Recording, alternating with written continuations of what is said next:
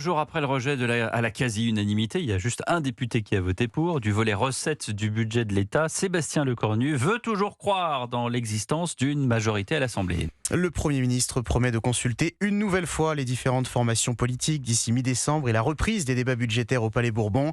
Après ces discussions, des votes par thématique pourraient être organisés pour créer, je cite, un cadre de compromis.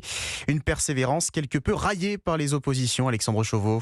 Sébastien Lecornu juge stupéfiant de voir certains parlementaires parler d'échec à propos du budget, mais le rejet de la partie recettes du projet de loi de finances à l'Assemblée est précisément la conséquence de sa méthode, selon Jean-Didier Berger, député LR des Hauts-de-Seine. Ce budget qui devait devenir le budget de tout le monde, avec l'abandon de 49.3, en réalité est devenu le budget d'absolument personne. Il y a des horreurs qui ont été votées, main dans la main par le Rassemblement national et la gauche, et au final, c'est très difficile de valider une augmentation massive des prélèvements obligatoires.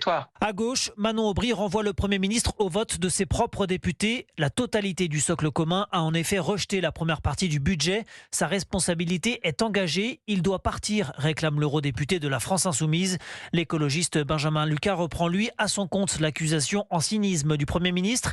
Le cynisme, c'est parler de compromis tout en refusant la remise en cause des dogmes macronistes. Sébastien Lecornu est habile, mais c'est un menteur et un hypocrite, tacle le député des Yvelines. Preuve que le pari de Sébastien Lecornu de faire adopter un budget 149.3 est à ce stade loin d'être gagné. Alexandre Chauveau du service politique d'Europe 1.